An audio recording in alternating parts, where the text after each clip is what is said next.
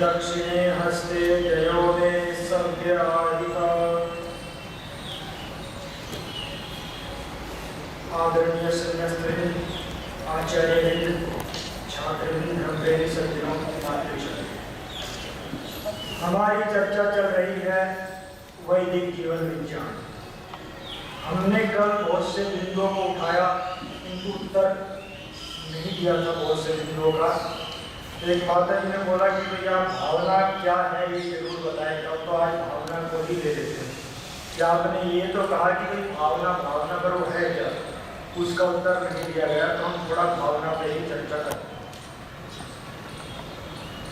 संसार में भावना एक ऐसा शब्द है जिसका बहुत गहन अर्थ है। ये पशुओं से लेकर मनुष्यों में सब में, कितना भी छोटा प्राणी हो, चेंटी हो, जो भी हो, उसमें भी एक भावना है। मनुष्य में भी है। सबसे बड़ी वार्ता क्या है कि नास्तिक में भी है और आस्तिक में भी है, मूर्ख में भी है और बुद्धिमान में भी है। ये सब में सर्वव्यापक।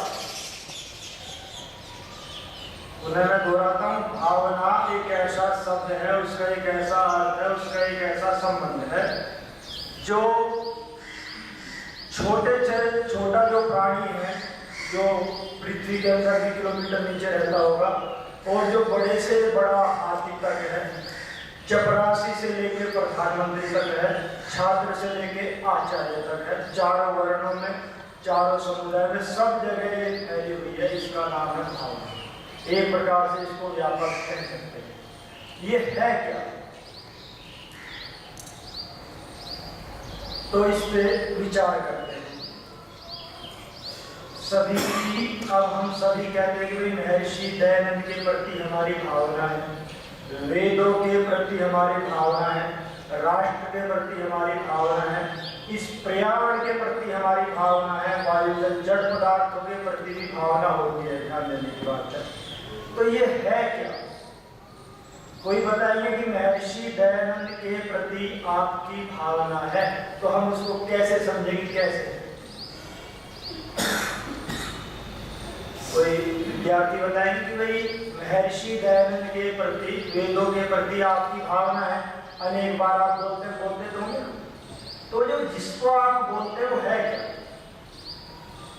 कभी आपने विचार किया कि उनके प्रति मेरी भावना है, तो वो है क्या? राष्ट्र एक जड़ द्रव्य है, मतलब एक समझो कि एक स्थानीय से इसका नाम, उसके प्रति आपकी भावना है। इस संस्था में आप रह रहे हैं, इसके प्रति आपकी भावना है, तो वो है क्या? ये तो जानना चाहिए कि वो है क्या। तो बिना जाकर के वो समझ नहीं आता है कि वो है क्या। बोलते सब है, समझने उसी को आता है जिसने उसको चिंतन किया। भावना क्या है? भावना सबसे पहले संस्कृत भाषा के विज्ञान को जानने के लिए उस शब्द को देखना पड़ता है। शब्द किस अर्थ में, ये भाव में है या एक कर्म में है या एक कर्ता में। एक वार्ता होगी, दूसरी वार्ता होगी किस कारक में है। ये अधिकरण की बात करता है, किसी स्थान की बात करता है, ये साधन के रूप में है या फिर ये और किसी संबंध के रूप में है। उसके बिना भी चीजें नहीं जानी जाती। तो ये क्या है भावना? भावना एक वार्ता, भावना होना भावना यानी सत्ता को किसी की कहा जा रहा है। दूसरा भूयते, जिसको किया जाता है वो भावना है। और वो क्या है? इच्छा। सामान्य रूप से यदि हम उसका बताएं तो क्या है वो? इच्छा। और इच्छा क्या है? कामना या मतलब इच्छा, चेष्टा। तो कामना, चेष्टा, व्यापार। तो जो व्यापार है, व्यापार का अर्थ है विशेषण है आसमंता तीर्णादि पूर्यति व्यापार। व्यापार का वो भी है लोक में जो व्यापार लोग करते हैं, जो अच्छी प्रकार से जो वो लोग चाहते हैं, जिसके प्रति आपकी भावना, उसकी आज्ञा का पालन करना, यानी विशेषण है आसमंता पूर्यति पारयति व्यापार अर्थात भावना। भावना क्या अंत में क्या निकला कि जिस व्यक्ति के प्रति, समाज के प्रति, संस्था के प्रति आपकी भावना है, तो आपको वैसी क्रिया भी दिखानी पड़ेगी, वैसी क्रिया भी करनी पड़ेगी जो उसकी उन्नति में हो, जो वो चाहते हो। जैसे लौकिक उदाहरण लेते हैं, हम सबके माता पिता हैं ही क्योंकि उन्हें, तो किसी का पिताजी ये कहता है कि माता जी ये कहते हैं कि पुत्र ये कार्य को कर। पुत्र क्या कहता है? ओ पिताजी आप बहुत अच्छे हैं, ओ पिताजी आप बहुत अच्छे हैं, माता जी आप बहुत अच्छे। माता जी कहती है कि कार्य को कर, वो उन्हीं के नाम का रट्टा लगता है, काम नहीं करता, बल्कि माता जी आप बहुत अच्छे हैं, पिताजी आप बहुत अच्छे हैं, ऐसा कहता है बार बार जब भी उसको कोई कार्य बताया जाता है। तो ये संतान कैसी होगी? माता जी कह रही है कि ये कार्य करो, पिताजी कह रहे हैं कि ये कार्य करो, किंतु वो उनके गुणगान ही करता है कि आप बहुत अच्छे हैं, आप बहुत अच्छे हैं, आप बहुत अच्छे हैं। तो इस संतान को क्या कहेंगे? क्यों जी? माता जी का और पिताजी का सुबह से शाम उन्हीं की उपासना करते हैं, उनका नाम लेकर उसकी आज्ञा का पालन न करें, तो वो संतान नहीं कुसंतान है, वो पुत्र या पुत्री नहीं, कुपुत्र या कुपुत्र है, जो पिता की आज्ञा का पालन नहीं करते। अब आप कहते हैं पिताजी आपके प्रति बड़ी बड़ी भावना है, मैं तो बस आपके कारण ही, किंतु पिताजी कहते हैं कि इस कार्य को कर, तेरी ये उन्नति होगी, मेरा नाम लेने से कार्य नहीं चलेगा। कभी कभी ले लेगा, किंतु वो काम नहीं करता, उसकी आज्ञा का पालन ही नहीं करता। तो ऐसी संतान, क्या आप कहेंगे कि माता पिता के प्रति भावना है? क्या हम ऐसा कहेंगे ऐसी संतान के कि इसकी माता पिता के प्रति भावना है? भावना करता उनकी आज्ञा का पालन करना व्यापार, वो जो उन्होंने कहा है वैसा आपके जीवन में हो, तो आपकी भावना उनके प्रति है, नहीं तो नाटक है। नाटक में क्या होगा? जैसे नाटक हो रहा है। तो अब आ जाते हैं लौकिक उदाहरण से बात कुछ सुस्पष्ट महर्षि दयानंद के प्रति भावना पे आ जाते हैं। भावना भावितु व्यापार विशेष, एक निर्वचन होते हैं इसका, भावितु व्यापार विशेष, जो जिसके प्रति भावना है उसका जो व्यापार था, वो जो आपसे चाहता था, वही व्यापार यदि आपका भी है, वही व्यवहार यदि आपका है, तो आपकी भावना है, क्योंकि भावितु व्यापार विशेष भावना। तो अब यदि ऋषि दयानंद ने क्या लिखा है, तृतीय समुल्लास में आ जाते हैं। उन्होंने लिखा है कि ऐसे क्रम से चले। एक व्यक्ति को वेदारंभ संस्कार में क्या लिखा है कि वेदारंभ संस्कार उसको कहते हैं जो सांगोपांग वेदाध्ययन के निमित्त व्रत धारण करना। किंतु अगर वेदारंभ संस्कार हुआ है और उसने व्रत धारण किया है कि मैं चारों वेदों को पढ़ूंगा, ऐसा नहीं करता, तो क्या ऋषि दयानंद के प्रति भावना है? नहीं, नाटक है, सावधान।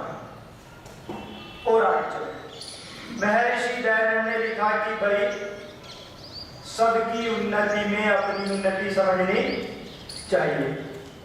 वेद सब सत्य विद्याओं का पुस्तक है, वेद का पढ़ना पढ़ाना और सुनना सुनाना सवारियों का परम धर्म है, किंतु हो कहाँ रहा? तो हम किस आधार पे माने कि ऋषि दयानंद के प्रति भावना है?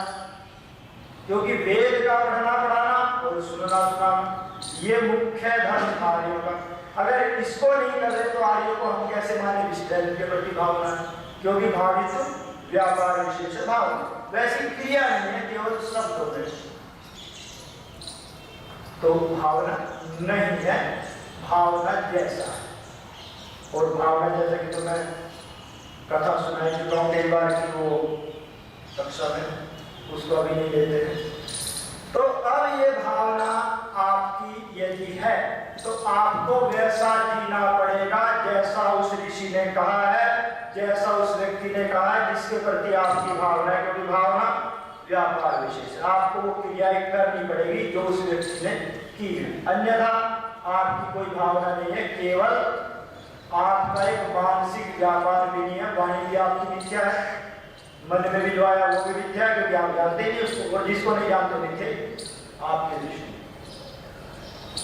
और आगे चलते हैं, महर्षि दयानंद ने कहा कि भाई पहले व्याकरण पढ़, शिक्षा पढ़े, व्याकरण पढ़े, कल्प पढ़े, निरुक्त पढ़े, ज्योतिष पढ़े, छंद पढ़े, उसके बाद 6 दर्शन पढ़े, उसके बाद 4 ब्राह्मणों से 4 वेद पढ़े, उसके बाद वेद पढ़े।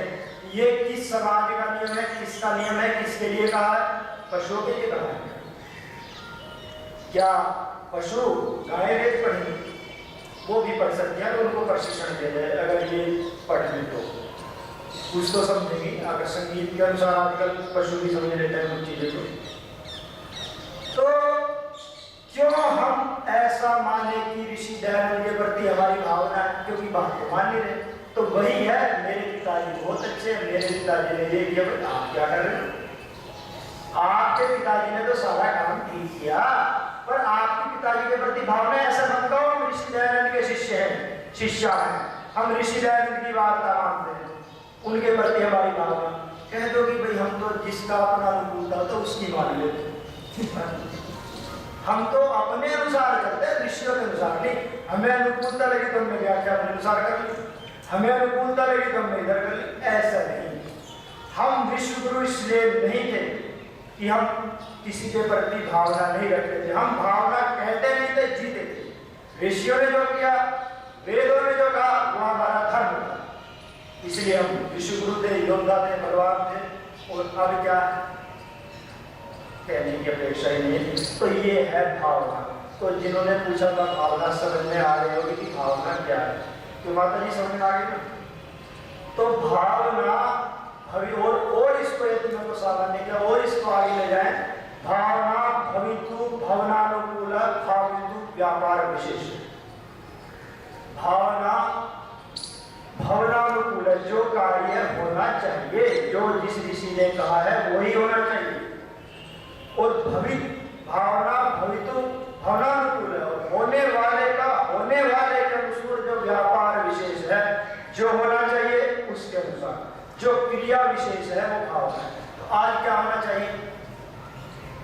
क्यों जी, आज क्या होना चाहिए? आर्य समाज की तरफ से, ब्रह्मचारी की ओर से, सन्यासी आचार्य की ओर से, गृहस्थ की ओर से आज क्या होना चाहिए? किस चीज की अपेक्षा है? ऋषियों ने हमसे क्या अपेक्षा की? ऋषि ने किसी भी देश की एक शिक्षा प्रणाली होती है, किसी भी देश की एक संस्कृति होती है, किसी भी देश का एक विचार, उसी के कारण वो देश सुरक्षित हो सकता है, उसी के कारण वो बच सकता है। क्यों जी, अपनी शिक्षा प्रणाली ना हो तो संस्कृति कहाँ से आएगी? शिक्षा जो विधि है उसी में तो संस्कृति है ना, वही अपनी नहीं है तो हम सीखेंगे क्या? आज कॉलेजों की हालत देख लो, विदेशों की हालत देख लो, क्या सीख रहे हैं? जो वो सीख रहे हैं वो यहाँ कर रहे हैं, इनको पढ़ के। क्योंकि शिक्षा प्रणाली किसकी है? क्या हम कभी विश्व गुरु इस अंग्रेजी और ये जो आधुनिक शिक्षा प्रणाली, इससे विश्व गुरु बन जाएगी क्या? इसमें तो हमारे विश्व गुरु हैं, इसमें तो जिंदगी है वो हमारे विश्व गुरु हैं। क्योंकि पहला आविष्कार वही करते हैं, सब बाकी चुराते हैं बाद में। तो उसमें हम संसार को क्या इन सब की अपेक्षा है? संसार को सबसे पहली मनुष्य की अपेक्षा क्या है? वह शांति। क्या ये शिक्षा प्रणाली शांति दे सकती है? आपके पास उद्योग है, धन है, अशांत है, रात को गोली खा के भी नहीं आती, उस धन दौलत का क्या करेंगे? एक मजदूरी ठीक है, रोड पे चारों तरफ गाड़ियां चल रही है, तो फिर आपने क्या लिया इस शिक्षा प्रणाली से? क्या संसार को वो शिक्षा प्रणाली सुखी कर सकती है? आज देख लीजिए इराक में क्या हो रहा, आतंकवाद किसकी देन है? क्या ये वैदिक शिक्षा प्रणाली की देन है? क्या कोई भी धर्म वैदिक धर्म को छोड़ के संसार को पूर्ण रूप से सुखी कर सकता है? क्या संसार का कोई ऐसा ग्रंथ है जहां विज्ञान से लेकर जीवन की समस्त समस्याओं का समाधान हो? कुछ उनके नियम तो हो सकते हैं कि ऐसे भी हो। क्या वो समस्त ग्रंथ विज्ञान की बात क्या कुरान कर सकती है? क्या बाइबल कर सकती है? क्या बौद्धों के ग्रंथ कर सकते हैं? समस्त विकास की बात है वो वेद, उसको आप पढ़ेंगे नहीं। छोटी मोटी आपकी योजना होगी, छोटा मोटा कुछ ग्रंथ पढ़ लिया, छोटे मोटे कार्य, छोटी मोटी दिनचर्या, छोटा मोटा जीवन, और जो बनेंगे आपसे वो कैसे होंगे? वो मान कैसे बन जाएंगे? क्योंकि आपके पास वो योग्यता ही नहीं, तो वो भी छोटे मोटे होंगे। और मृत्यु भी कैसी होगी? उठा के जवाब देंगे, कोई रोने भी आएगा नहीं आएगा। और फिर अगला जन्म भी कैसा होगा? ऐसे ही होगा। जो इसमें था ये तो क्रिया की प्रतिक्रिया है, जो आपने किया वो आपको मिलना। तो इसलिए भावना यही है जो ऋषियों ने कहा है, उसको कहना नहीं जीना है। ऋषियों ने लिखा है सत्य को ग्रहण करने में सर्वदा। तो अगर आप ऐसा नहीं करते, कहां ऋषि दैनंद के प्रति भावना, कहां से भाव, क्या माना जाएगा आपका कि आप ऋषि दैनंद के प्रति क्या है? एक तो वो शत्रु है जो उनका नाम ले लेके उनको कहते रहे, और एक परछिन्न शत्रु है जो आज्ञा का पालन नहीं करते। ये भी कहानी करते। शत्रु का क्या अर्थ है? साथी का, जो कमजोर करने वाला। तो हमने ऋषि दैनंद को कमजोर किया या नहीं? बताइए। उन्होंने तो दूसरे समुदाय ने तो उनको जहर दिया, वैसे मार, हमने उनको वैसे मार दिया सिद्धांत की दृष्टि से। हम ज्यादा खतरनाक है क्योंकि हमने पता नहीं लगता कब मर गए, हमारे मन से कभी कभी। वो तो सामने यदि शत्रु आ जाए विदेशी, दूसरा तो हमें पता है कैसे लड़ना है, हमारी तैयारी है, और घर वाला हो, अपने परिवार वाला को पता नहीं लगता। तो ऋषियों को जीना है, और जीना ही नहीं दूसरों को प्रेरित भी करना, ये भी मुख्य काम है आचार्य का। विद्यार्थी की भले इच्छा ना हो, विद्यार्थी तो पहले से अज्ञानी, इतना अज्ञानी उसकी इच्छा ही नहीं, मतलब एक अज्ञान की भी सीमा है।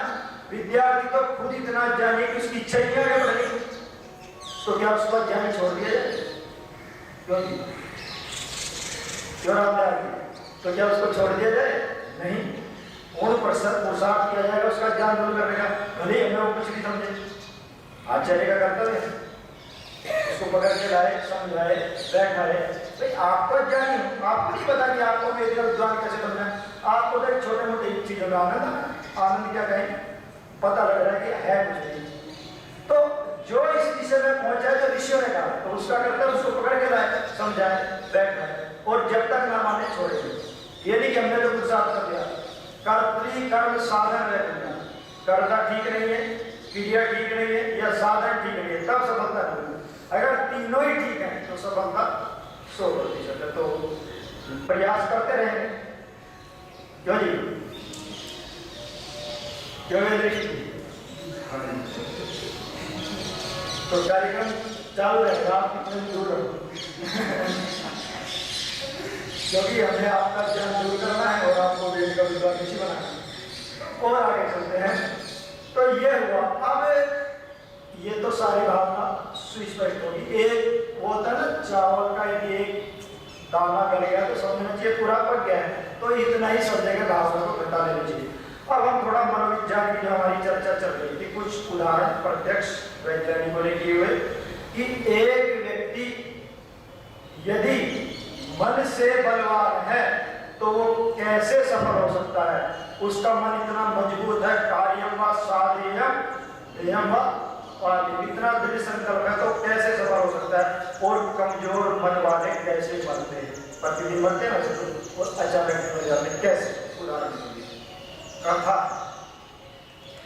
वैज्ञानिकों ने मनोविज्ञान का प्रयोग किया, शायद नरमी किया, में कहा मुझे पता नहीं, मैंने कहीं जाएंगे तो कथा पढ़ी, किसी ने व्याख्यान में सुनाई थी कि एक बार क्या हुआ, मनोवैज्ञानिकों ने कहा कि व्यक्ति विष से नहीं मरता,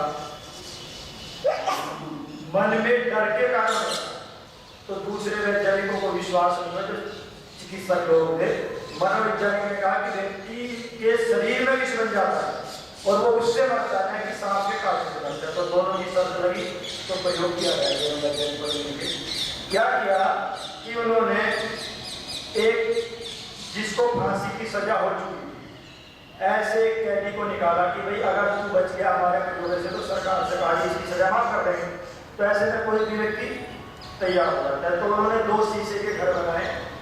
एक घर में तो लिफ्ट के माध्यम से चले, उसको बैठाया कैदी को, और दूसरे में कुत्ता या घोड़े का बच्चा, कोई आदमी दोनों एक था, उसको बैठाया, और उसके सामने एक जहर का इंजेक्शन उसको लगाया, कुत्ते या घोड़े को, और थोड़ी देर में वो तड़प के मर गया। उसको कहा पूरा देखना इस घटना, क्योंकि ये घटना 7 दिन बाद आपके साथ भी हो गई, अगर आप बच गए तो आपको छोड़ दिया। तो अब वो पूरा कैसे आया, कैसे दरवाजा खुला, 2 में था, क्योंकि एक में सांप को छोड़ना था, फिर एक में कैदी को छोड़ना था, और ऐसे आया और उसको पूरा दिमाग में चला गया कि भाई मेरे साथ भी ऐसा होगा और चेतन मन में बात चली। उसके बाद क्या हुआ कि 7 दिन बाद लाया गया। अब की बार कुत्ता नहीं था, सांप था और वो कैद था और उसकी आंखों पे पट्टी बांध दी। तो उसको दिखा दिया गया, देखो इस शीशे में से जो सांप दिख रहा है ना, ये ऐसे ही निकलेगा और आपको काटेगा जैसे पहली बार निकला। मतलब वो सांप था, मैंने गलत बोल दिया। और इंजेक्शन तो उसको नहीं, सांप छोड़ा था उन्होंने। मतलब एक उसमें खाने में सांप था और एक में कुत्ता या घोड़ा का बच्चा था। तो वैसे ही उसके मन में क्या है कि मेरे को भी ऐसे ही सांप काटेगा, तो वो वहां से, अब उसमें क्या था, सांप नहीं था, पर दिखाने के लिए तो था। वो बाद में वैज्ञानिकों ने पट्टी बांधने के बाद सांप निकाल दिया, वैज्ञानिक स्वयं था। और वैसे ही दरवाजा खुला, उसको आवाज आई कि अब सांप आने वाला है और वैज्ञानिक ने पानी का इंजेक्शन लगा दिया। और वही क्रिया जो उस सांप के काटने से कुत्ते के शरीर में विष था, जब वो मरा तड़प तड़प के, तो वही विष मिला। ये प्रत्यक्ष प्रयोग है। ऐसा क्यों हुआ? क्या कोई पानी के इंजेक्शन से मर सकता है? किंतु मरा है। और वही विष जो सांप के काटने से पैदा हुए थे, वो उसके शरीर में मिले जब उसका संदेह क्रिया की। तो ऐसा क्यों हुआ? मन ऐसा नहीं सोच रहा था कि वो इंजेक्शन लगाया जा रहा है। मन क्या सोच रहा था, सांप आ रहा है और सांप ने मुझे काटा, तो वैसे विष पैदा हो गया। तो मन क्या है, वो लोक में उदाहरण है ना कि मन ही बंधन का कारण है, मन ही मोक्ष का कारण है। और मन चंगा तो कटौती में गंगा, और मन के हारे हार है, मन के जीते जीत। ये सारी घटनाएं हो रही है। एक और उदाहरण तो भी है। एक बार सांप का और मेंढक की चर्चा हुई आपस में। सांप और मेंढक एक तालाब में रहते थे। तो वो क्या था, सांप मेंढकों को खाता था। तो बुद्धिमान मेंढक था, भाई आप हमें क्यों खाते हैं, और भी लोग हैं खाने के लिए, हमारी जनसंख्या कम हो रही है। तो बोला कि आप कमजोर हो, और कमजोर को तो कोई भी खाएगा, मैं नहीं खाऊंगा, कोई और खा जाएगा, है ना। तो वो बोले, मेंढक बोला कि आप बलवान कैसे, कि मेरे अंदर बड़ा विषय है और मैं जिसको भी खाता हूँ मर जाता हूँ, इसलिए मैं बलवान। आप जिसको काटते हैं उसको कुछ होता ही, इसलिए आप कमजोर है। तो मेंढक बुद्धिमान था, उसने कहा कि सांप के काटने से मत, सांप ने काट लिया, ये जो डर बचपन से बैठा रखा है ना मन में, उससे बचा। तो सांप को विश्वास नहीं हुआ। तो दोनों में शर्त होगी। शर्त का नियम ये हुआ कि अगर मेंढक के काटे से भी मर जाए तो सांप मेंढकों को खाना छोड़ देगा इस तालाब में। बात उसकी मान ली। तो उन्होंने क्या किया कि जो भी व्यक्ति तालाब में पहले आएगा, है ना, तो पहले आप उसको काटेंगे, सांप काटेगा और मैं बाहर निकलूंगा। ध्यान देने की बात है कि काटेगा तो सांप और तुरंत मेंढक बाहर आएगा। तो ये बात मान ली। और जब मैं काटूंगा सांप को, बोला तब आप बाहर आना, दिखाई देना कि किसने काटा। तो होते होते व्यक्ति कोई तालाब में, गाँव में पहले तालाब में स्नान करते थे, वो व्यक्ति घुसा, थोड़ी देर स्नान, जैसे डुबकी मारी तो सांप ने काट लिया। और व्यक्ति को तो भी भय बैठा हुआ, तो तालाब में तो सांप ही होते हैं, मेंढक को कोई ध्यान नहीं देता। तो उसके मन में ये बात आ गई, सांप ने काट लिया, पसीने पसीने हो गया, चक्कर आ गया, मरा नहीं, तुरंत मेंढक बाहर आ गया। अब देखिए मनोविज्ञान देखिए, अरे मेंढक तो काटा। जो व्यक्ति अभी पसीने पसीने हो रहा था, लग रहा है बेहोश हो जाएगा, मरेगा, मेंढक को देखते ही क्या हुआ, अरे मेंढक नहीं तो काटा, वो डुबकी लगाने लगा, कुछ भी नहीं। काटा किसने था? सांप ने। फिर व्यक्ति मरा नहीं। तो फिर मेंढक और भी आ रहा था, तो मेंढक सांप के पास गया, देखा तेरे डर से मर रहा था, जैसे ही मैं बाहर निकला व्यक्ति अब पुनः नहाया, उसकी सारी प्रतिक्रिया समाप्त हो गई। अब मैं कमाल दिखाता हूँ। अब क्या है, मैं काटूंगा उसको जाके, तो तालाब में ये खोलना रहा है बदल के। तो इसके बाद में क्या करना है, तू बाहर आ। तो जैसे ही मेंढक ने काटा तो व्यक्ति ने क्या समझा कि सांप ने काट लिया, और सांप बाहर आके दौड़ के चला गया आगे। तो क्या समझा, सांप ने काटा, उसी समय में। ये मनोविज्ञान की घटना है। वो घटना तो सत्य है, वैज्ञानिकों की, ये भी किसी हरियाणा वाले ने बनाए और क्योंकि वो लगभग ऐसी कथाएं अधिकतर वही बनाते हैं। तो और ये घटना क्योंकि जिसने भी बनाई है, क्योंकि ये घटती है, सत्य घटना है, ऐसा होता है, तो किसी ने ठीक ही बनाई है। तो ये मनोविज्ञान है कि इससे क्या निकला, क्यों इससे क्या समझना है?